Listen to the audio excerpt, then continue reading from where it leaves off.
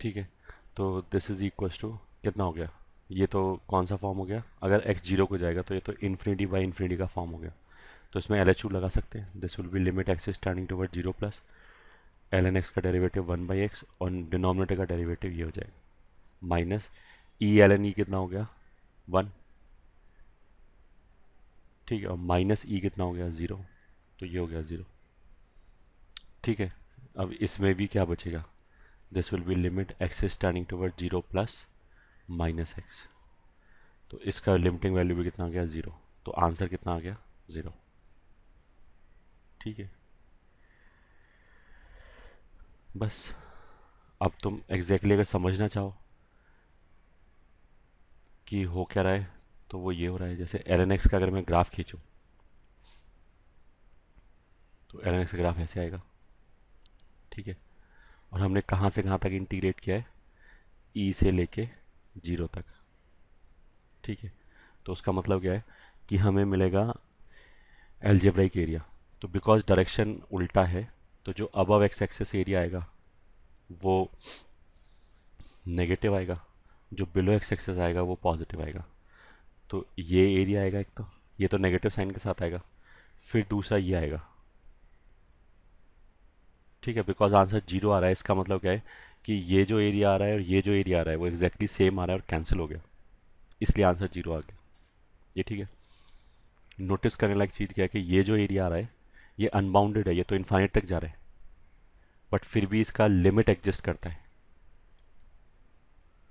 जैसे अगर तुमसे बोला जाए ना कि हमें ये एरिया निकालना है, ठीक है, तो ये तो वन होता है, तो एल एन एक्स को इंटीग्रेट कर लो जीरो से वन के बीच में, L N X D X, तो this will be equals to वही आ जाएगा X L N X minus X.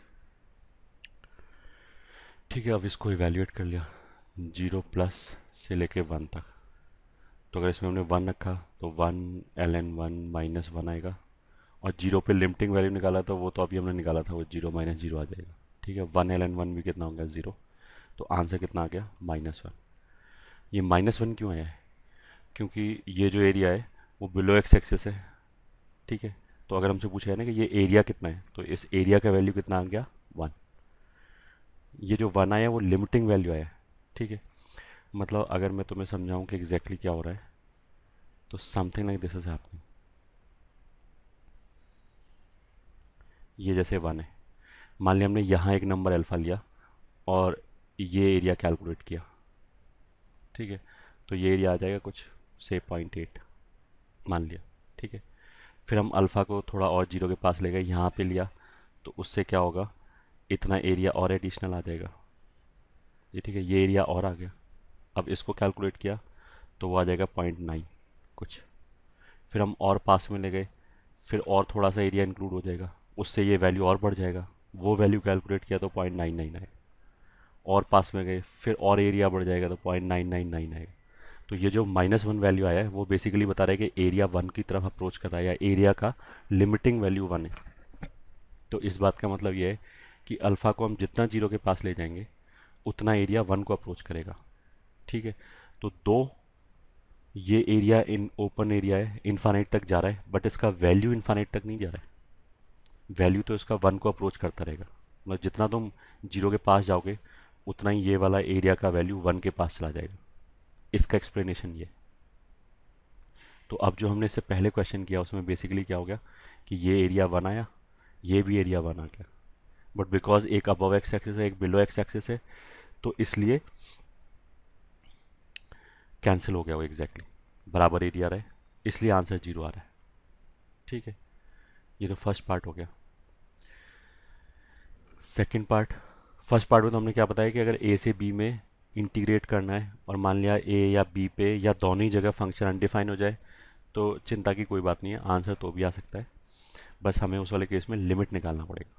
ठीक है, ऐसे अगर मान लिया ये से ए से लेके इन्फिनिटी तक एफ एक्स डी एक्स, ये ठीक है, इसको इंटीग्रेट करना है, ए से लेके इन्फिनिटी तक एफ एक्स डी एक्स, इसको इंटीग्रेट करना है। तो इन्फिनिटी तक इंटीग्रेट करने का मतलब क्या है, अगेन वही है, लिमिटिंग वैल्यू निकालनी है।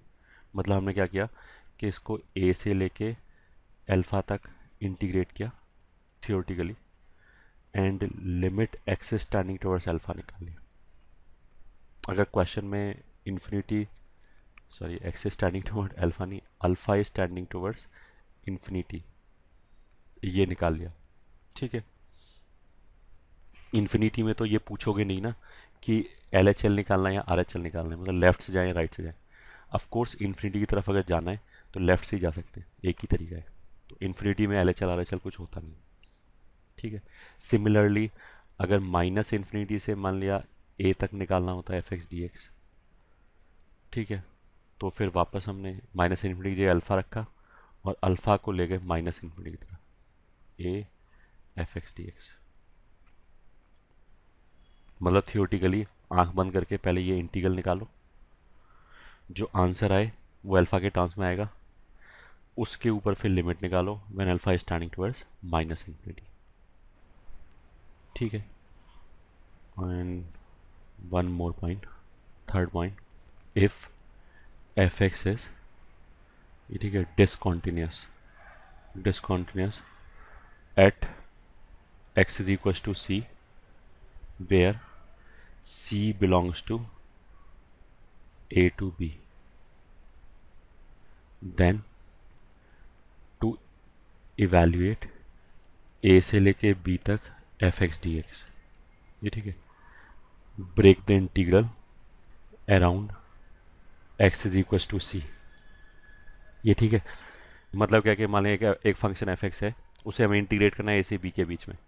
ठीक है, तो जो हमने इस चैप्टर के शुरू में बोला था कि मान लिया अगर एफ एक्स का इंटीग्रल जी एक्स है तो उसमें एक बार अपर लिमिट रख लिया बी और एक बार लोअर लिमिट रख लिया। ठीक है, बट वो करने के लिए हमने कंडीशन क्या बोला था, कंडीशन ये था कि बीच में फंक्शन कॉन्टिन्यूस रहना चाहिए। तो यहाँ पे हम क्या बोलें कि अगर बीच में डिसकॉन्टिन्यूस हो जाए तो क्या करेंगे। तो फिर इसने क्या बताया कि अगर बीच में किसी पॉइंट सी पे डिसकॉन्टिन्यूस हो जाए तो उस क्वेश्चन को दो पार्ट में ब्रेक कर दो सी के अराउंड। मतलब दैट इज कि अगर मान लिया ए से लेके बी तक एफ एक्स डी एक्स ये लिखा हुआ है, दिस इज इक्वल टू, इसको हमने क्या किया सी के अराउंड ब्रेक कर दिया, तो ऐसे आ जाएगा ए से लेके सी तक F X D X plus C से लेके बी तक एफ एक्स डी एक्स। ये ठीक है, ये आ गया। बस इस वाले केस में क्या है, बस इस वाले केस में क्या है कि हमें ये याद रखना पड़ेगा कि सी पे तो डिसकॉन्टिन्यूस है फंक्शन, तो सी, पहले इंटीग्रल में जो सी आ रहा है ये वाला और जो दूसरे इंटीग्रल में सी आ रहा है ये वाला, इन दोनों पे लिमिट निकालना पड़ेगा। लिमिट निकालने का मतलब क्या है, जैसे अगर हमने क्वेश्चन में ये लिख दिया ना, इंटरवल ऐसे यूज़ कर लिया, तो उसका मतलब अपने आप क्या हो गया कि बी बड़ा है ए छोटा है। ठीक है, तो मतलब अगर ए यहाँ पे और बी यहाँ पे और बीच में कहीं सी है, तो पहले वाले इंटीग्रल के लिए तो ये इंटरवल ऑफ इंटीग्रेशन है इसके लिए, दूसरे वाले इंटीग्रल के लिए ये इंटरवल ऑफ इंटीग्रेशन है। तो पहले वाले इंटीग्रल के लिए तो केवल ये इंटरवल देखो और कुछ देखो ही मत। तो इस वाले केस में अगर सी की तरफ जाना होगा तो हमें लेफ्ट से जाना पड़ेगा। तो उसका मतलब क्या है कि बेसिकली ये जो सी है वो सी माइनस होगा। ठीक है, ऐसे जो दूसरे वाला इंटीग्रल है उसमें ये जो सी है वो बेसिकली सी प्लस होगा। मतलब लिमिट निकाल लें, चाहे लिखना चाहो तो प्रॉपरली लिख दो, सी की जगह पहले वाले इंटीग्रल में अल्फा लिखा और बाहर लिख दिया limit x, sorry alpha is standing towards C minus, वैसे भी कर सकते हैं। ठीक है, तो आई होप समझ में आ गया होगा।